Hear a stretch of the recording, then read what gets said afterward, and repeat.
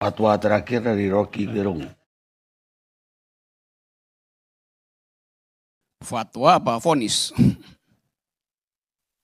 Saya mau beri vonis dulu. Bahwa Johnny Plate tersangka, terlibat, bahkan bersalah. Presumption of guilt. Presumption of innocence itu adalah hak hakim. Tetapi publik punya hak untuk menduga bersalah. Kan itu yang mesti kita fair dulu. Jadi kalau dianggap ini soal hukum, iya kalau maling ayam itu soal hukum. Tetapi kalau pejabat, pasti itu soal politik. Kan korupsi itu karena seseorang berlimpah kekuasaan, kan itu intinya tuh. Jadi coba kita lihat perlahan-lahan ya. Semacam sinopsis dari politiken kita itu sekarang wacananya adalah Anies bisa mencalonkan diri apa tidak itu. Kalau misalnya Anies tidak dibatalkan, itu artinya Anies punya potensi untuk menangkap Johnny Plate lain nanti.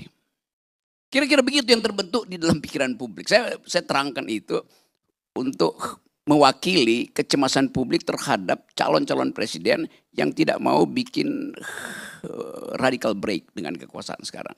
Mereka yang punya tesis continuity, bukan yang change. Itu dasarnya. Jadi kalau Anies bilang change adalah hal yang utama, maka banyak yang ketar-ketir. Kan gampangnya begitu kan. Jadi jangan kita sembunyikan sesuatu yang ada dalam kecerdasan publik, lalu kita putar itu, soal ini cuma soal hukum. Ya, bukan cuma soal hukum. Dari segi momentum, ini adalah peristiwa politik. Jadi sebetulnya kalau kita bikin semacam algoritma, di belakang kita sebelumnya, ada upaya untuk mencegah Anies. Diam-diam atau terselubung atau terbuka tuh. Lalu kita mulai menduga bahwa ya kekuasaan memang agak peka kalau seseorang tidak bisa dia pegang sebagai penjamin dari Presiden Jokowi itu. Itu real kita tahu dalam soal itu. Lalu mulai ada upaya Muldoko untuk mengambil alih Demokrat.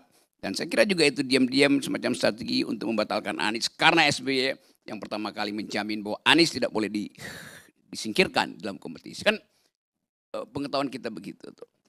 Dan sangat mungkin karena Presiden Jokowi, saya bilang dengan kata yang sangat tepat ya, sangat mungkin, atau pakai bahasa Inggrisnya itu, saya lakukan guesstimation, mengestimasi dengan cara menduga itu sah di dalam logik itu. Saya guesstimating, menduga tapi sekaligus mengukur bahwa kelihatannya kasus Muldoko ini akan berhenti di Mahkamah Agung. Dugaan saya Mahkamah Agung akan menolak PK itu tuh.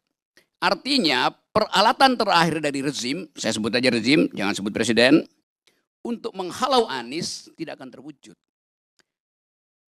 Lalu ada simpanan senjata terakhir, yaitu kasus Johnny Plate yang dari 2 tahun lalu udah diisukan.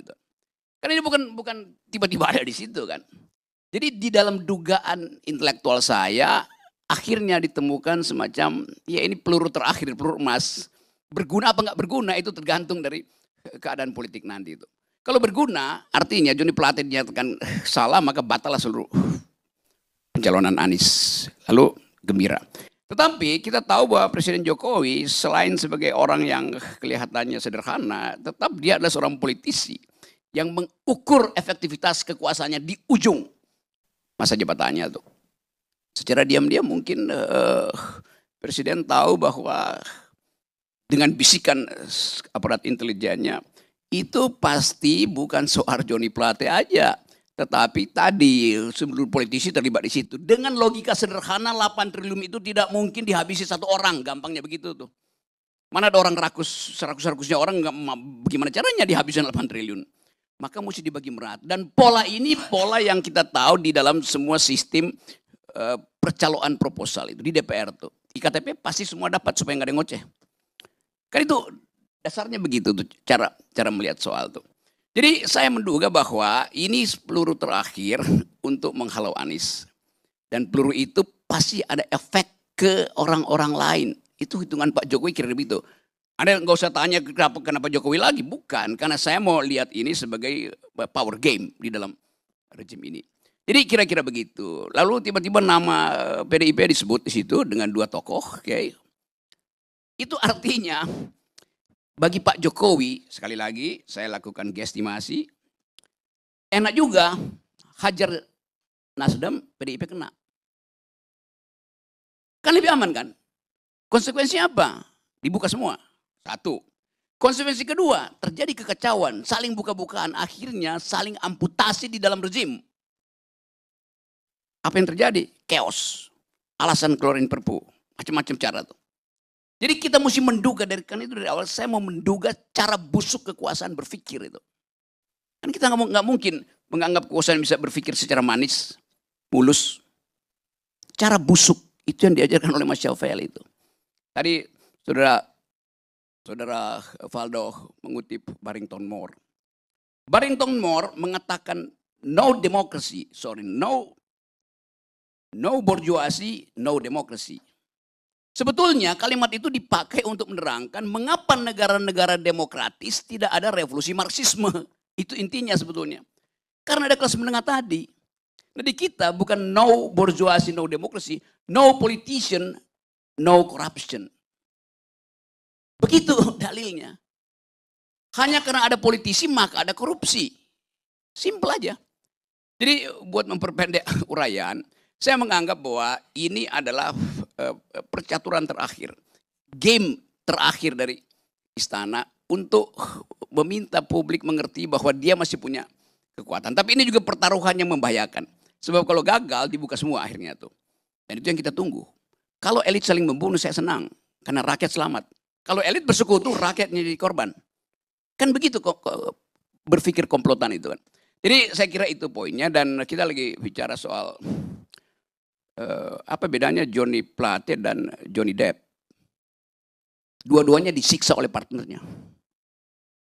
Tapi oke, kita mungkin nanti bayangkan satu waktu bahwa ini akan dibuka, ini akan terarah. Walaupun orang anggap iya ini 8 triliun apa sih dibandingkan dengan 350 triliun di Departemen Keuangan. Sama kasusnya. Tetapi ini kasus yang punya political tone yang tinggi. Itu bedanya tuh. Jadi pertaruhan ini adalah pertaruhan peradaban.